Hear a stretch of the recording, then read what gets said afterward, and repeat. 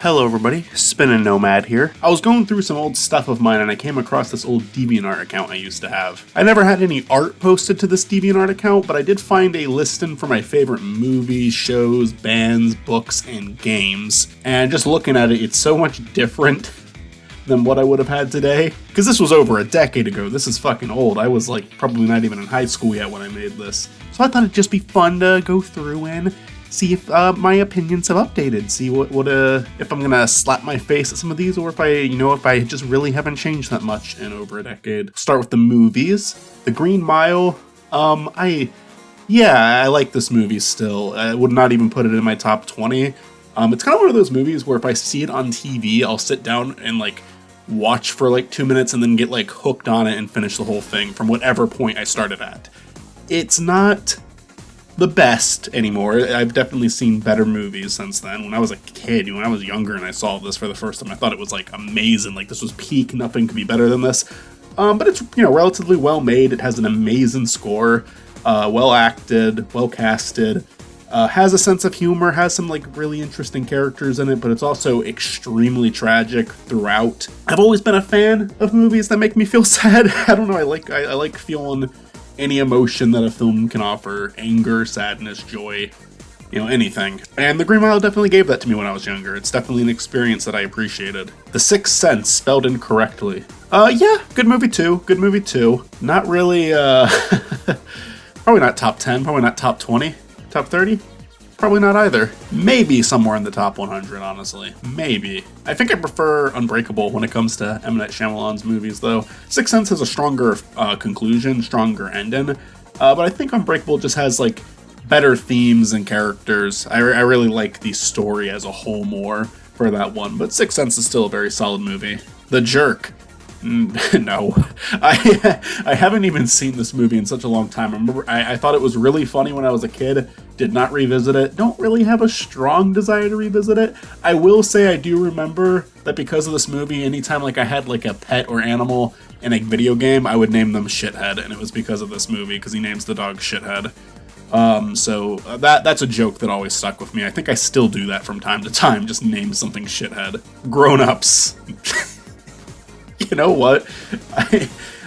Last time I saw this movie, I still really liked it, but it's been probably like 10 years. I don't know. Maybe I shouldn't revisit it. Maybe I should just, in my head, let it be a good movie. Honestly, thinking about some of the scenes in that film, it's probably not one that I would equally enjoy today. But I also don't remember there being anything like offensive about it. I don't remember anything like so horrible. Maybe there is. I'm not going to say that there isn't. I remember it just being kind of a charming, funny movie about a family going on vacation. I was like, I also go on vacations with family. And Sandler still makes me laugh at this age. So, yeah, I really liked it when it came out. Probably wouldn't love it if I saw it now. Saw Grown Ups 2 in theaters. Fucking hated it even back then. Probably like, it might be the worst movie Sandler's ever done, but it's hard to say. There's competition. Grown Ups 2, just to me, is the one that most blatantly said, I don't care. Because I think Sandler is someone who does care. I don't think he's a completely, like, careless person with his movies, even the ones I don't like. I think he is a very talented person, and I think that even when there's a movie that comes out that isn't amazing from him, I think he still typically cares about it. Grown Ups 2 is one where I was like, I don't even think he gave a shit about this. I think this was a vacation for him. Saving Private Ryan, no. And it never was. I put this on here because my dad loved it, all my friends loved it. I was kind of bored by it. It's very well made. I get why people value this one so much. It's just not my cup of tea. That doesn't mean I disrespect the troops. That doesn't mean I'm disrespecting history. I just didn't think the movie was that interesting. I've seen war movies that I really like, Apocalypse Now, but I always just found this one to be kind of dull, honestly. It has that very famous scene at the start, but I don't remember anything else from it. But I put it on here because it just felt like, yeah, that's a movie to pick, right? Everyone else I know says it's the best movie ever made, so I should put it on there. Any Which Way But Lose, really catchy song that came with this movie. Every which way but lose, you turn me. Every which way but lose. Inside the fire's burning me. In my mind, you just keep turning me. I remember it being pretty funny, and I look at clips occasionally online, and they still make me laugh. It's definitely not one of my favorite movies anymore, but I'd like to rewatch it. My Cousin Vinny.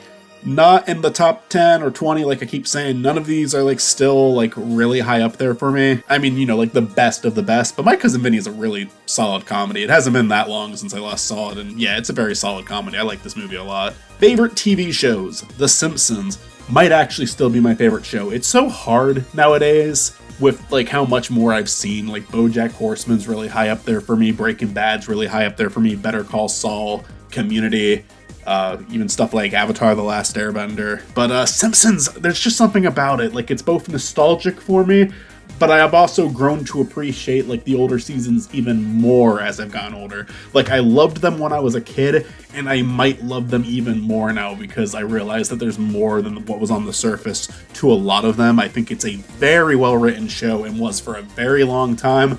I am not into the newer stuff like most people, but, you know, I still appreciate it for what it was. And when I'm talking about The Simpsons, when most people are talking about The Simpsons, they probably are talking about the earlier years. I've heard some people say that the newer ones are, like, getting better, and I put it on out of curiosity, and I don't see it, but if you're having fun, you know, it's all good. I think it's a show that probably should get rebooted at some point, do something different with it. Change the voices up, because poor Marge. South Park, top 20 for sure. I really like South Park. It's one of those shows that, like, I got so excited to see when I was a kid. Like, I would sneak it on because my parents did not want me watching it. So every time I got away with watching an episode, I was so happy. It just cracked me the hell up. It's also one of those shows, though, that whenever I hear, like, someone criticize it, like a friend or just someone online, I a lot of the time I can kind of nod and go, like, yeah, I hear where you're coming from. There's some flaws with the show. There's some pretty major flaws with the show. But I can't deny, like, the impact it's had on me. I can't deny the stuff that it does well in the episodes that to this day I still think are really solid. And even, like, nowadays, like, it's definitely taken a hit in quality, but nowhere near to, like, The Simpsons degree. Like, Put It Down and the COVID specials were not that long ago, and they were, like, fantastic. I really liked those. Really great movie, too. Blue Mountain State. This is an answer from middle school, Michael. I remember really liking that show. I liked the movie, too, when that came out. Have not revisited it, and I don't know if I ever will. It was kind of an obnoxious show, you know? I remember having fun with it, though. My Name is Early. I typed Early here. My Name is Earl is a solid show. I think it's one that maybe got a little bit convoluted near the end. Convoluted isn't the right word. It just didn't focus on its premise that much as the show went on, where Earl would cross stuff off the list. I hear some people say, like, that starts in season 2. No. They have episodes that aren't about the list in season 2, but they still have, like, they still follow their formula pretty strongly in season 2. Season 3 is where they start to break away from it. And then in season 4, they kind of go back to it. They kind of go back to the basics. But yeah, there's large portions of the show where they just kind of ignore its premise, but I think that is a testament to how well written your characters are and how the show can stand on its own without its, like, premise. It can actually just focus on the characters. It can kind of be a sandbox with the premise being something that helped the show get started and still gets focused on occasionally. I enjoyed all 4 seasons of My Name is Earl. Most of these shows so far are ones that I still genuinely like. Arrested Development, fantastic. One of the best comedies of all time. First 3 seasons. Season 4 is okay. It's a little bit of a mess, but I think the re-edit they did on Netflix a few years ago made it a lot better. And then I was not into season 5. I was not into the ending. Saturday Night Live spelled incorrectly. Jesus Christ. No. Not even close. I think SNL can still put out a funny skit. Like, I'll see something on YouTube from them and I'll watch it and I'll be like, yeah, okay, that one was kind of funny. I like the papyrus skit. Even that is probably like 6 or 7 years old at this point, though. But as a whole, I'm really not into the show anymore. Alright, bands. Aerosmith. No. I remember listening to some of this, like, when I was young on the bus. It was definitely a bus ride album to listen to. I don't even remember which album it was. It had Dream On it. I know that. I liked it back then. It's not something I've ever felt the need to listen to again. But yeah, I mean, I liked it at one point. The Beatles, that's kind of a given with most people, isn't it? Everybody likes the Beatles, right? Maybe not everybody, but it's a pretty popular answer even to this day. It's still going to come up pretty frequently. The Rolling Stones, 100% because of my dad. Aerosmith and the Beatles probably are because of him too. But the Rolling Stones, it's like I never really went off to listen to the Rolling Stones on my own time, but it was every car ride. It was anytime music is playing in the house. My dad just loves the Stones. We went and saw them in Raleigh back in 2015. That's actually where I got introduced to another band, the Avett Brothers, who I like a lot more. But I still have a soft spot for the Rolling Stones. It's just something that's been, it was forced upon me, but I like it. It's one of those bands that absolutely is only on here because of someone else, but it wasn't like fake liking it like it was with like Saving Private Ryan earlier. Pink Floyd, hey, guess who just saw The Wall before putting this list up? So yeah, that's probably why it's on there, because I saw The Wall and I really liked it. I remember when I was in high school, I'd listen to The Final Cut a lot on bus rides. That was a good album. And then Dark Side of the Moon I discovered while I was in college. I mean, I didn't discover it, I knew it existed, but I finally listened to it. And those are the 3 Pink Floyd albums I know. Those are like probably the ones that even people who don't listen to Pink Floyd at least have heard the name of. So I don't really think you can consider me an actual fan.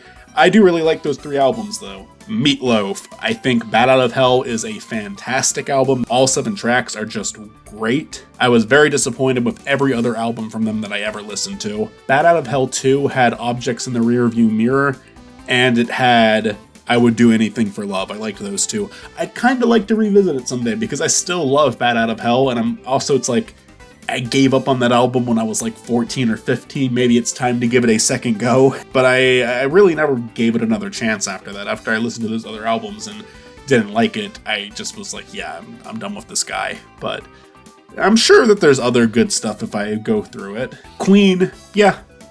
It's a pretty easy answer. I still love Queen. Made a pretty bad movie about them. Not gonna lie. Pretty Maids. What the fuck is Pretty Maids? I don't even know what that is. That's one that has no business being on here. I don't even remember what the fuck that is. And every day I felt so heartless. This sounds familiar. Oh, yeah. I don't know why this is on there. I don't remember listening to this stuff at all. I've definitely heard it, but I only remember hearing it in passing. Alright, on to favorite books. This ought to be good. The Outsiders, Lord of the Flies, and Eyes of the Dragon. This is probably the 3 books I read when I was in middle school. That on top of Hatchet. I probably read even less when I was in high school. Not much of a book reader. Alright, on to the real shit. Favorite games. Elder Scrolls, absolutely. Oblivion is still my favorite game. I don't care how wrong of an answer it is. I don't care how dated that game is. It gave me such a unique experience, and it's one that I just am so nostalgic for. I love revisiting it. I don't think that there is any game in existence that has brought me that much joy than Oblivion did. So it's number 1. It's still fucking number 1. Mario. Just Mario in general. Sure. I like Mario. Classic Sonic. Nothing past Sonic and Knuckles. Denial is something that follows you in life for a very long time. And it's only when you start to ignore that denial and allow yourself to be the person that you are that you begin to be happy. I'm not even fucking close to that yet. There's like 80 other things I am strongly in denial about. But hey, at least I play Sonic now. Banjo-Kazooie, yeah, I liked that game a lot growing up. Honestly, on revisits, it's not one that I love as much. I still appreciate a lot about it. It's still like a really cool looking game for the time. It's still, the music's really great. The characters are really memorable. They were definitely my number 1 want for Smash Brothers. I went on about wanting them in there forever, and now that they're in there, I do actually play as them a lot. Replaying the game, I never really made it that far into the first one, and I'm kind of seeing why on revisits. There just hits a point where I'm not enjoying myself as much. I feel like the game gets a little tedious. Arkham City, that has no fucking business being on here. I don't remember playing that once. Conker's Bad Fur Day, I watched a playthrough of it. I think I played it for maybe 5 minutes. I really like the game, just off of the story and characters and music and all that stuff. But I've never actually played it, so it doesn't really have any business being on here either. Alright, well, those are my shitty takes as a kid. Should I give updated takes? Favorite movies? I love Whiplash. It's hard to say. Yeah, there's so many good ones. I love Whiplash. Mary and Max. That's a great one. That's a great stop motion movie. Eternal Sunshine of the Spotless Mind is really high up there for me. I saw Ed Wood a few months ago and it's gone off to be one of my favorite movies ever. Grown Ups, that one's pretty high up there. TV shows, I already named some of them. The Simpsons is still really high up there. South Park, Arrested Development, still all really high up there. BoJack, Breaking Bad, Community, Better Call Saul, Moral Orel, great stuff. Favorite bands, I am very much a person that just has a playlist I keep adding to instead of listening to specific bands. For people that I return to more frequently than others, Avett Brothers, already mentioned them. I like Will Wood a lot. Regina Spektor, Lake Street Dive. Those are good ones. I'll listen. If they put something new out, I'll listen to it. Oh, and I've also recently started listening to Spellin'. She's great. And she also misspells things. We have so much in common. Hers was intentional, dipshit. Shut the fuck up. Favorite books? So yeah. Favorite games? Yeah, Oblivion. Oblivion's still high up there for me. The Sigmund Corp games, really love those. Very story-driven, though. Dragon Quest XI, amazing RPG. I like Undertale and Deltarune a lot. And then we have Sonic, but nothing past Frontiers.